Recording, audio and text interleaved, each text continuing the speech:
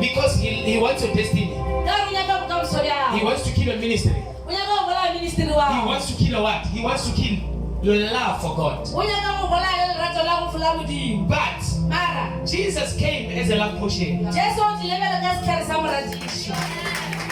Jesus came as a what? As a love potion. John number 6. John chapter 6. John chapter 6. Let's start from verse number 50. Verse 50. It says,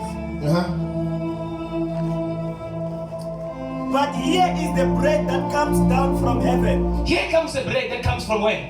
From heaven. So Jesus is telling you that I am the food that comes from heaven. I am the bread. So Jesus is the portion of who? He's the portion of God.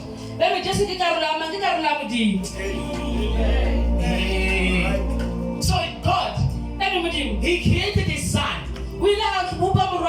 in His image. And then the man became a bread so that you can eat Him. So that the love portion of the earth can die. No,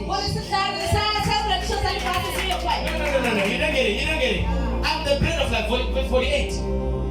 I am the bread of life.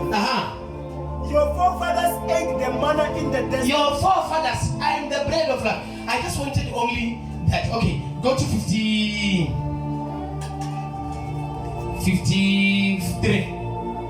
I want to finish. Jesus said to them, I tell you the truth.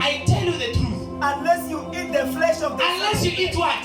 The flesh of Unless you eat what? The flesh. Unless you eat what? The flesh. So Jesus says, unless you eat my flesh, you don't have life. You don't have life. So what is love potion? When you eat love potion, you are no longer who you are. That is why many men, they can have a Bible before they go to church. But then when the woman speaks, they put the Bible in their armpit. When the wife says, are you going to church? Why are you going to that man? The man will say, no, I was not going to church. Because he understands that the love potion, if he goes to that church, he will be delivered. The reason why some men are not coming to church is because the woman who gave them love potion, they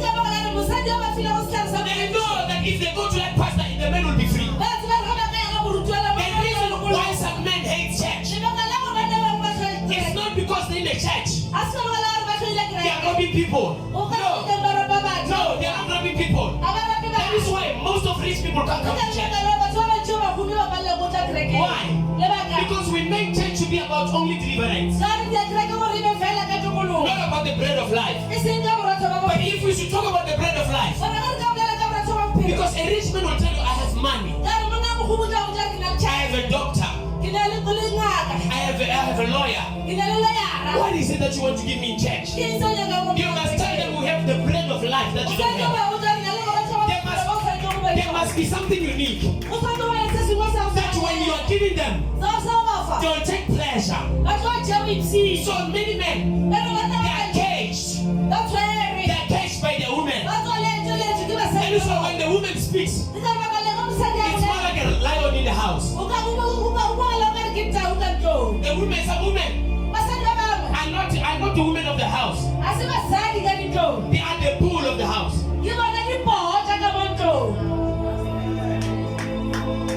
Yo, it's quiet. So God, He made His Son out of His image, and He gave the Son His fullness. And then He went there now. The book of John, it comes to tell us that I am the bread of life. So in number 51, I am the living bread that comes down from heaven. I am the bread that is alive. So there is a bread that is dead. Yo, verse 52 is quiet now. Okay, let's go to 53. Let's finish. My time is 7 minutes remaining. Jesus said to them, I tell you the truth. Unless you eat the flesh of the Son of Man. Unless you eat the flesh. Hallelujah. He's telling you that unless you eat the flesh, you don't have life.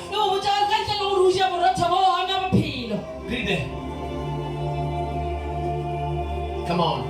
Unless you eat the flesh of the Son of Man and drink his blood. And drink his blood. You have no life. You have no life in you. So do you hear what it says? It says unless you receive the bread. Unless you eat out of his flesh. There's no life in you.